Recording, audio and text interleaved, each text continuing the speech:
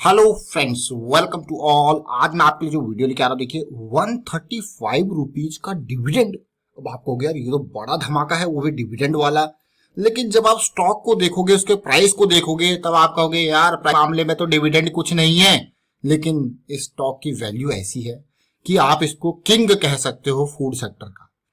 Food sector का king आप इसको कह सकते हो। और इस स्टॉक ने सबको माला माल किया है, जो भी इससे जुड़ा हुआ है सबको माला है, ऐसा इसने अब तक रिटर्न दिया है। और मार्केट में जब इसकी वैल्यू, इसकी डिमांड देखोगे तो लॉकडाउन में भाई सारे प्रोडक्ट्स इसके खत्म हो गए थे स्टोर्स में, ये मान के चलिए। ऐसी डिमांड, अब आपको अगर ऐसी कैसी डिमांड जनरेट हो गई, एक एक प्रोडक्ट को जानते हो आप इसके, और बड़े प्रोडक्ट को तो खासकर जानते हो। स्टॉक का नाम सबसे पहले देखिए डिविडेंड। आपको यकीन नहीं होगा लेकिन ये सच्चाई है। अभी 6:30 बजे रिजल्ट आया है, 135 रुपीज का डिविडेंड डिक्लेयर किया है। अब तो आप समझ गए होंगे 135 रुपीज का डिविडेंड। अब सोचिए, स्टॉक का नाम है नेस्ले इंडिया। अब नेस्ले कॉफी की बात आती है या फिर बात आती है मैगी की, तो नेस्ले सबको समझ में आता है। नेस्ले सबको समझ में आता है, कॉफी और मैगी। चलिए कॉफी तो फिर भी मैं कहूंगा नहीं, तो मैगी तो भैया इंडिया के घर घर में मैगी। एक बार मैगी में लेड के कंटेंट की वजह से थोड़ा सा कंपनी को अपने मैगी को वापस क्या लेना पड़ा, शेयर की हालत खराब हो गई, लोगों की हालत खराब हो गई। भाई मैगी नहीं खाए तो क्या खाए। आजकल तो ये मान के चलिए इमरजेंसी फूड लोगों के घर में मैगी होता है। तो सोचिए बहुत बड़ा कंट्रीब्यूशन है मैगी का नेस्ले की दुनिया में। नेस्ले के शेयर को जरा देखिए, जबरदस्त शेयर में इसको कहता हूं। मार्केट कैपिटलाइजेशन 1.5 लाख करोड़ का है। कोई भी अगर प्रॉफिट ग्रोथ देखोगे तो देखिए 25% का profit growth, debt free share, आंख बंद करके शेयर कोई भी खरीद सकता है। लेकिन आंख बंद मत कीजिए, तसल्ली से खरीदिए। भाई जब आप किसी भी शेयर को जान रहे हो, पहचान रहे हो, उसकी एंट्री, उसका एग्जिट, उसमें रिस्क मैनेजमेंट, आंख बंद नहीं करनी। खरीद तो सकते हो, अच्छा शेयर है, लेकिन अच्छा शेयर होने के बावजूद चाहे कितना भी अच्छा शेयर को ना, आपकी अपनी एनालिसिस जरूर उसमें होनी चाहिए। जरा देखिए सिचुएशन किस तरीके से रेवेन्यू 4,000 करोड़ से बढ़ के 12,000 करोड़ पहुंच गया। वो टाइम मैं आपको दिखाता हूं जब मैगी इसने वापस ली थी। ये 2014 से 2015 में जो आप रेवेन्यू में गिरावट देख रहे हो ना, ये वही टाइम है। पहली बार ऐसा हुआ कि इसका प्रॉफिट 1100-1200 करोड़ से गिर के आधा हो गया। लेकिन फिर पकड़ी स्पीड 2016 से, और 1000 करोड़, 1200 करोड़, 1600 करोड़, और आज की डेट में 2000 करोड़ के पार का प्रॉफिट। कितना प्रॉफिट कमाता है मैगी वाला शेयर है, मजेदार शेयर है। जरा आज के कारोबार को देखते हैं, जरा फिर देखेंगे रिजल्ट को भी। 34% की डिलीवरी, देखिए 15,860 रुपए का एक शेयर है। अब आप कहोगे इसके मामले में तो डिविडेंड कुछ नहीं है। भाई इसके मामले में डिविडेंड कुछ नहीं है, इसीलिए डिविडेंड जब भी आपको देखना हो ना, तो डिविडेंड यील्ड देखा कीजिए। डिविडेंड यील्ड जितना ज्यादा होगा तो आपके प्राइस का कंपैरिजन सीधे सीधे डिविडेंड यील्ड से निकलता है। कभी भी हो डिविडेंड की परसेंटेज पे मत जाइए। कोई 1 रुपए की फेस वैल्यू का शेयर है, वो 1 रुपए का डिविडेंड दे देगा तो लोग कहेंगे आपको इसने 100% डिविडेंड दे दिया। वो फेस वैल्यू के ऊपर होता है। फेस वैल्यू तो 15,000 के शेयर में, इसकी भी देखिए 10 की फेस वैल्यू। अब इसके हिसाब से इसको डिविडेंड देखो, कहोगे भाई कितने 100% डिविडेंड दे दिया। हिसाब से, हिसाब किताब, यील्ड। डिविडेंड के लिए कभी भी जो पैरामीटर होता है ना, वो यील्ड को देखिए, परसेंटेज को मत देखिए, या फिर सीधे सीधे देखिए यार कितने रुपए का शेयर है, कितना डिविडेंड दे रहा है, अगर आप डिविडेंड को देख रहे हो तो। और बाकी अब डिविडेंड की जब बात आती है तो डिविडेंड को अकेले नहीं देखना चाहिए। तो भाई डिविडेंड कंपनी कब देगी तो उसका रिकॉर्ड डेट तो आपको पता होना चाहिए। रिजल्ट से पहले पहले रिकॉर्ड डेट देखते हैं। इंटरिम डिविडेंड है तो ये मान के चलिए 15-20 दिन के अंदर इसकी रिकॉर्ड डेट होगी।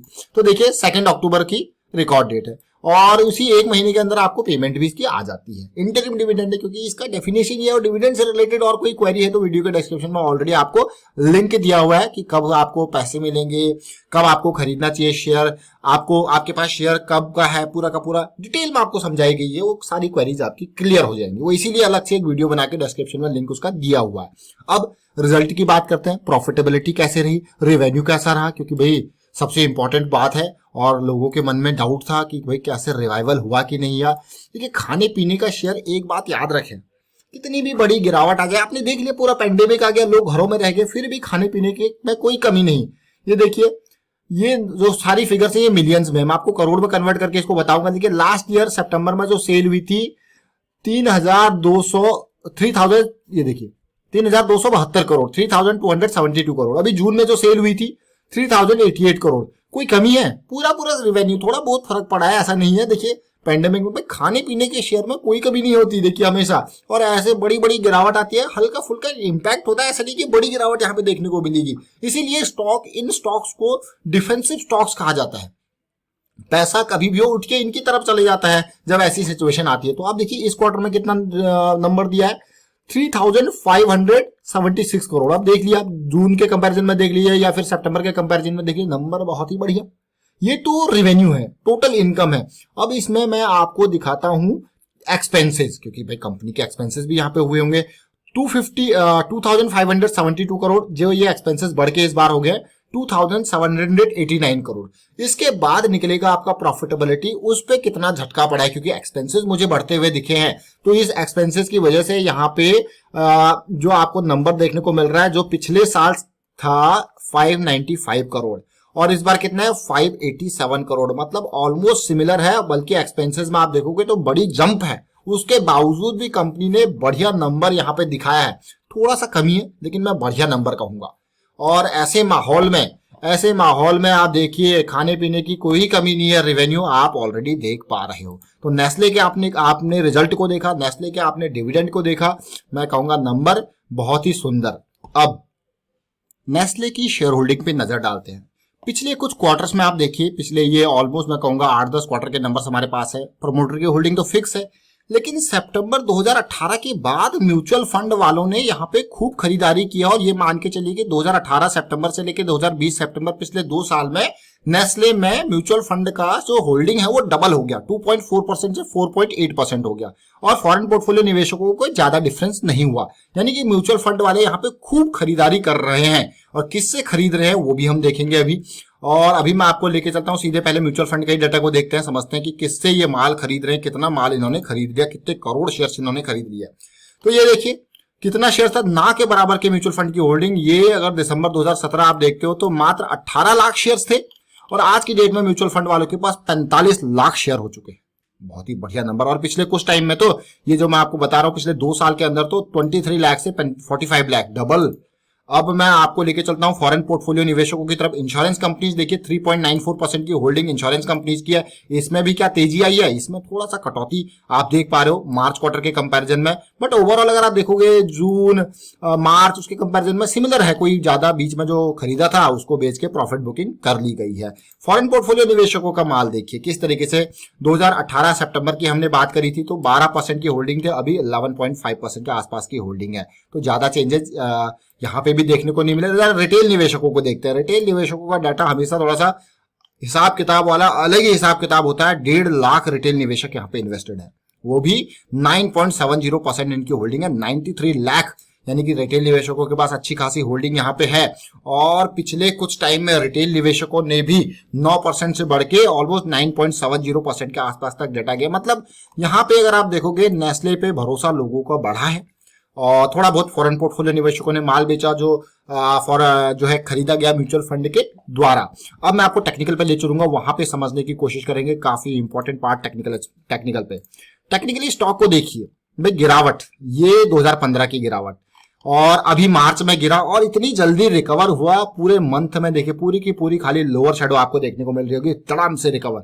वापस जो हाई बनाया गया अप्रैल में बनाया गया और अप्रैल के बाद लगातार करेक्शन है। इस करेक्शन को अगर मैं देखूं तो मुझे लगता है कि यार ये करेक्शन कभी भी रिजॉल्व हो सकता है, क्योंकि पिछले 4-5 महीनों से करेक्शन की मार ये झेल रहा है और 18,000 के लेवल से 15,000 की रेंज तक ही आ गया था करेक्शन में। क्या करेक्शन रिजॉल्व होगी? छोटे टाइम फ्रेम पे देखते हैं, समझने की कोशिश करते हैं क्या रिजॉल्व हो रही है करेक्शन। तो देखिए जैसा मैं देख पा रहा हूं और मुझे ये करेक्शन रिजॉल्व होती हुई नजर आ रही है। स्टॉप लॉस नजर आ रहा है और थोड़ा सा टाइम ऐसा लग रहा है कि हाँ आ चुका है मौका, बेस बनने लग गया है और कभी भी स्टॉक में आपको रिजोल्यूशन देखने को मिल सकता है। क्योंकि जो ये रिकवरी हुई थी ना, अब जो मैं पार्ट आपको दिखा रहा हूं ध्यान से देखिए। न केवल आप इस एरिया को, ये वीकली चार्ट है, ये लॉन्ग टर्म इन्वेस्टर के लिए चार्ट होता है। प्राइस को आपने देखा कि प्राइस में लगातार ये करेक्शन थी। इस करेक्शन में थोड़ा सा इंतजार आपको जरूर करना पड़ेगा, लेकिन बेस की फॉर्मेशन ऐसा लग रहा है कि होने लग गई है। ये बेस की फॉर्मेशन होने लग गई है, बस यहाँ पे थोड़ा सा ट्रेंड चेंज की बात है। और इस रेंज में अक्सर इसने आरएसआई पे सपोर्ट लिया है, 40-45 के रेंज में आरएसआई के आसपास ये इसने सपोर्ट जनरली लिया हुआ है। और जब इस टाइम पे भी फॉल आया था तब भी आरएसआई यहीं 45 की रेंज से ही वापस गई थी। तो ये जल्दी से जल्दी यहाँ पे अपना पॉजिटिविटी, यहाँ पे जो भी करेक्शन है इसको रिकवर कर ले, अदरवाइज अगर आरएसआई डाउन चला जाएगा तो फिर नुकसान हो जाएगा। तो लग ऐसा रहा है और इस वीक का वॉल्यूम देख के भी मुझे ऐसा लग रहा है कि हाँ कहीं ना कहीं पॉजिटिविटी बरकरार रह सकती है। जो करेक्शन आया है वो रिजॉल्व यहाँ पे हो सकता है। बहुत टाइम से देखिए खाली अप डाउन करके बहुत टाइम इस चीज को हो चुका है। और अभी भी मैं ये कहूंगा कि थोड़ा सा अगर आप सेफ साइड चलना चाहते हो तो आपके लिए जो ये हाई बनाया हुआ है ना 16,500 का, ये पार हो जाए तो और भी अच्छी बात। बट अगर डेली पे देखें तो कैसी सिचुएशन है जरा समझते हैं इसको डेली के हिसाब से। ये देखिए, ये बॉटम पॉइंट था, यहाँ पे आपने देखा तेजी आई है, करेक्शन आया है और ये आपको हायर लो मिलता हुआ दिख रहा है और यहाँ पे भी आरएसआई पे भी आपको हायर लो बनता हुआ दिख रहा है। अब ये जैसे ही ये करेक्शन रिजॉल्व होगा तो ये देखिए ये हाई, इसीलिए मैं आपको कह रहा हूँ कि 16,500 का लेवल इंपॉर्टेंट है।